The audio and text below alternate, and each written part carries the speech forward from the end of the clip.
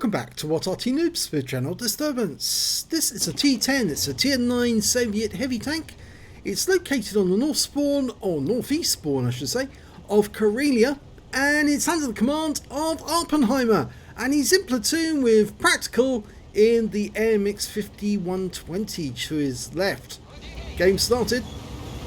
Well, I think you can see right at the off 3 marks of excellence on the barrel. Yep, he's well practiced with the T-10, which before it was born was going to be called the IS-8. But Stalin died, and well, they didn't really want to name it after him anymore because he went out of favour, and so it got called the T-10 instead. 122mm, if he's got the top gun, it's 440 Alpha. He's got the top gun.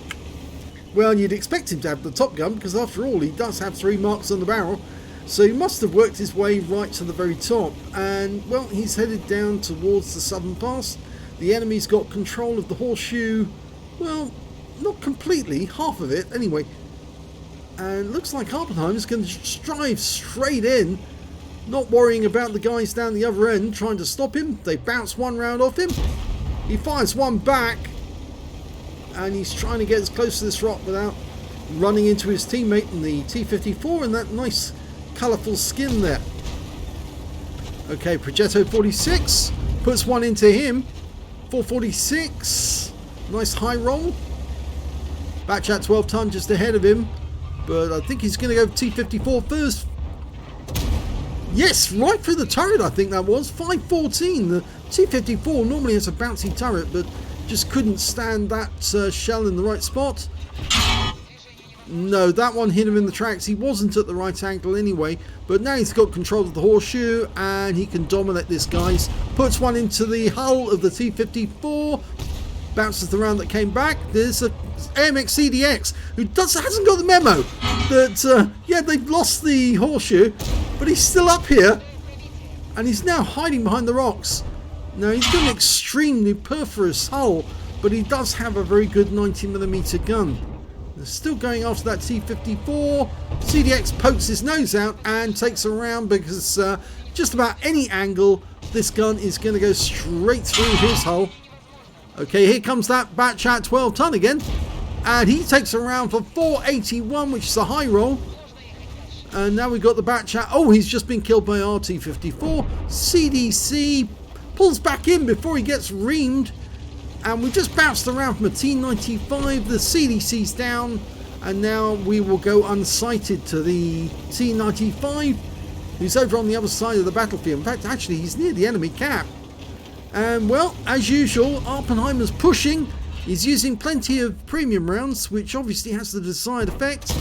Puts a round into the Jagdtiger for 448, high roll again, using this position halfway up the wall to go hull down on the Jagdtiger with his 128mm gun.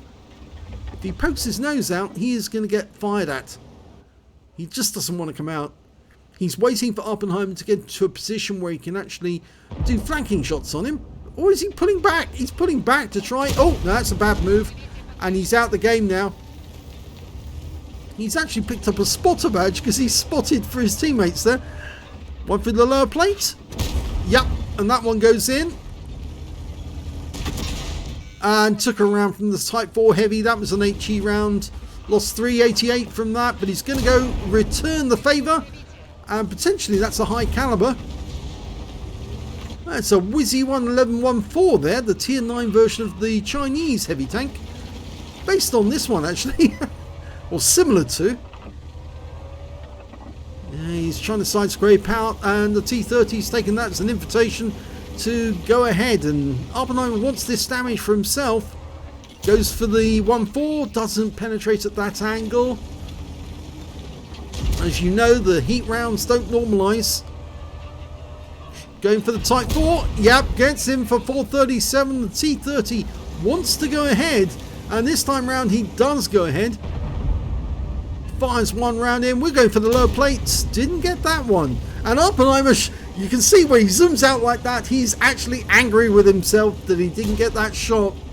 He is literally angry. But he gets that one in, and it's a high roll again, 449.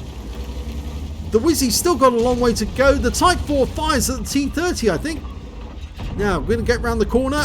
Fires one into the Type Thor and takes him out of the game. But we took around for 567 from the Wizzy 11114. So 53 TP behind there. That's the tier 8 Polish tank. Easily get through that armor, no problem at all. But it's a low roll. 429, but he's a one-shot now. Can he get the kill? Oh, here comes the 1-4. Bad move for you. And pulls back. Yep. And the 53 TP meets the T-30 and gets obliterated. That big 155mm gun is absolutely lethal. Unfortunately, T-30 took a round there from the Wizzy 11114. And you're about to take a round. Oh, he didn't get through! And he's out of heat rounds now. He's just firing AP and the T-30's out of health.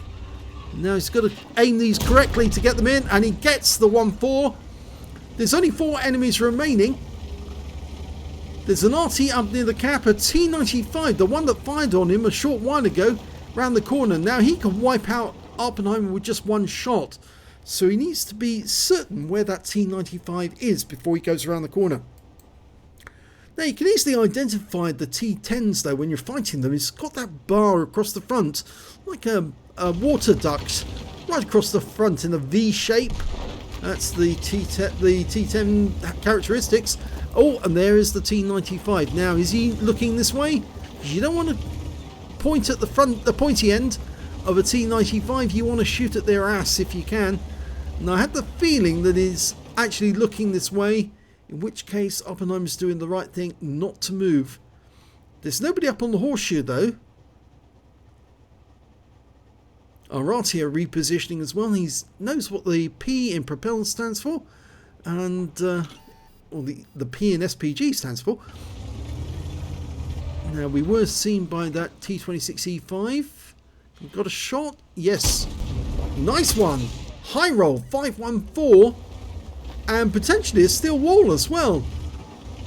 Now we can't be certain the T95 isn't coming over here to meet us, but one rather thinks that now there's only 2 enemies, they'll stay near the cap to try and protect it from either flank. You can never be certain though. Oh, there's the 5. And Arty gets the kill. So that means there's only 1 enemy remaining, the T95. But last seen, he was looking at us. We need to confirm that he is actually looking the other way now before we dive out of here to go after his hit points. And looks like he is now engaged with the enemy because he's starting to receive, or engage with our teammates. He's starting to receive fire. He is looking this way. He is. But he's now turning to face them, which means Awppenheimer can go after his hit points. There you go. Gets one big shot in for 448 and he's killed by the AMX 5120 of Practical. That was a pretty fast and furious game. Let's have a look at the end of battle stats and see exactly how it panned out. Ace tanker for Awppenheimer in the T10. He managed to get a Fire for Effect, Spotter, Duelist, Hand of God and a Bruiser out of the minor medals. Out of the Epics and Battle Heroes, he managed to get a High Caliber for dealing the most damage in the game, a Steel Wall for blocking the most damage in the game, and a Confederate for hitting more of the enemy than anyone else on his team. And his win rate for the game was 10,263, which is Super Unicum standard and some. It means he carried the team basically. Let's have a look at his team score. Well, this is good. The actual 2 players at the top on his team are Awppenheimer with 7603 and his platoon mate Practical with 3018. The next high scorer in the battle was that Wizzy 111 Model 14. Got 4,142. So he actually came in between these two, but between them they actually did over 10,600 hit points of damage combined. In fact, 10,021, would you believe it? 10,621. So that's an awful lot of damage done by just 2 players in a platoon. When it came to kills, it was actually Practical and the Standard B who got 3 kills between them, and Awppenheimer only got the 2 in that game, funnily enough, but he did most of the damage.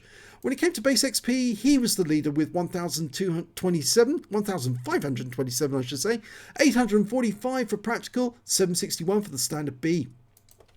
Awppenheimer fired 23 rounds, got 21 direct hits and 18 penetrations. As you saw, he had a lot of difficulty trying to get the heat rounds through the lower plate of that WYSI 111 Model 1.4, and it was only when he actually pulled back when he had low hit points, and Awppenheimer was able to get him with a round that went square in, straight into the lower plate, and that did the maximum damage. 7,603 hit points of damage, of which 1,428 were up more than 300 meters. 11 hits received from the enemy, so he qualified for the steel wall only just. 3 penetrations, 6 non-penetrations, and 2 hits by way of splash damage. He blocked damage of 1,550 in total, spotted 2 enemy vehicles, damaged 10 of the enemy, killed 2, and did 1,437 hit points of spotting assist. On a premium count, he earned 106,754 credits from that game and 53,377 from personal reserves, total 160,130. And after repair and ammunition resupply, he still made a massive profit of 72,165, and that's even with him firing a huge amount of heat rounds during that game. So you can see he does make profits on some games, which compensates for the ones that he makes losses on.